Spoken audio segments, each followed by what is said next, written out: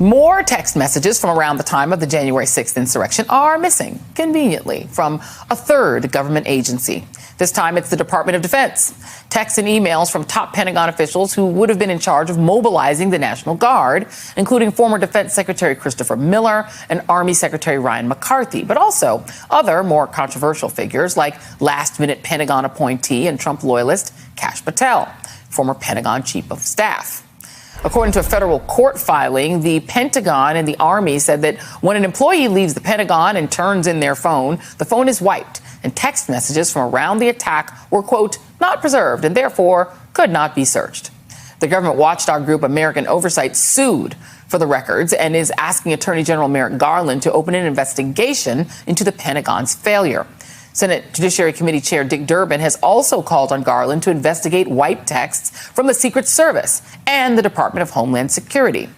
The investigation into missing Secret Service texts is now a criminal investigation, but top Democrats want the Trump-appointed DHS Inspector General to step aside from that investigation since he knew about the erased text months before he told Congress. Joining me now, Richard Painter, former chief White House ethics lawyer in the George W. Bush administration and professor of law at the University of Minnesota, and Charles Coleman Jr., a civil rights attorney and former prosecutor. Thank you both for being here. Richard, I'm going to start with you.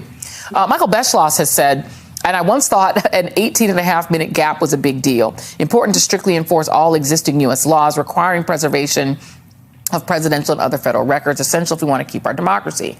It does not seem possible for it to be coincidental, at least to me, that three agencies deleted, wiped their phones and didn't think to preserve the records from January 5th and 6th. Does it seem possibly coincidental to you? Doesn't sound coincidental to me. It sounds intentional. And I will tell you exactly what I told the White House staff, and I was the chief ethics lawyer in 2005 to 7, about preservation of government records. It is a felony under 18 United States Code, Section 2071, to engage in concealment, removal, or mutilation of any government record. That is a felony. And every White House instructs its staff, as well as the agencies, that when you leave the government, the only messages or other communications that you can remove from the premises or destroy are your personal communications about your personal business, not the response to January 6, 2021, or any other official document. This is a felony under numerous statutes. I heard rumors that there was going to be destruction of government documents during the Trump administration, at the end of the administration in November of 2020, within days of the election. And I wrote an op-ed for the blog Just Security, outlining all of the statutes, letting people know that if you destroy those documents, government records, including text, you will go to jail. And now we have also obstruction of justice, because once January 6, 2021 happened, we know that there were criminal investigations of who incited this riot. And so not only do we have destruction of government documents, but obstruction of justice in not one, but three government agencies. And I strongly suspect that the orders for the destruction of this evidence came from the White House and perhaps from the President of the United States himself. And, Charles, it's not as if the Trump administration had a good history when it came to preserving records. Let's just go through it a little bit. January 6th White House logs given to the House show a 7-hour gap, which is what Michael Beschloss was talking about, in the Trump phone calls that day. Now, the National Archives says that Trump took 15 boxes of White House records to Mar-a-Lago in Florida. Trump flushed, per NBC News, or just lost documents, including allegedly swallowing some of them. The White House is refusing to release its had refused to release its visitor logs from the very beginning. That's from January of 2017 on. They've always been secretive. They've never handed over records. This is a pattern. And so to you, as a former prosecutor, could it possibly be just a coincidence that no one thought to preserve the records from the 5th and the 6th from these three agencies before allowing the phones to be wiped?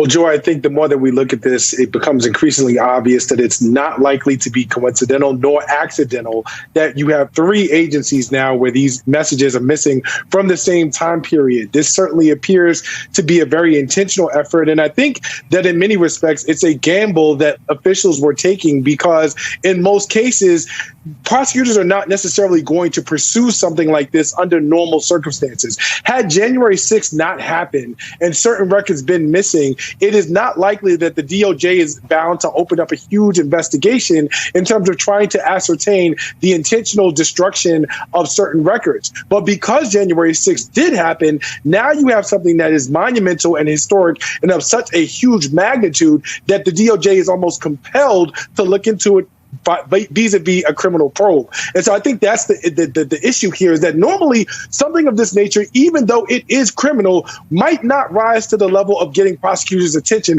But given all of the implications that it has in this case with respect to January 6th and everything that may have taken place to cover up what we don't even know because we haven't seen the text messages, it becomes that much more imperative that the DOJ make this a priority. Very quickly, I'm going to ask each of you first, starting with you, Charles, the significance in your view of Pat Cipollone being called by a grand jury, being subpoenaed by a grand jury.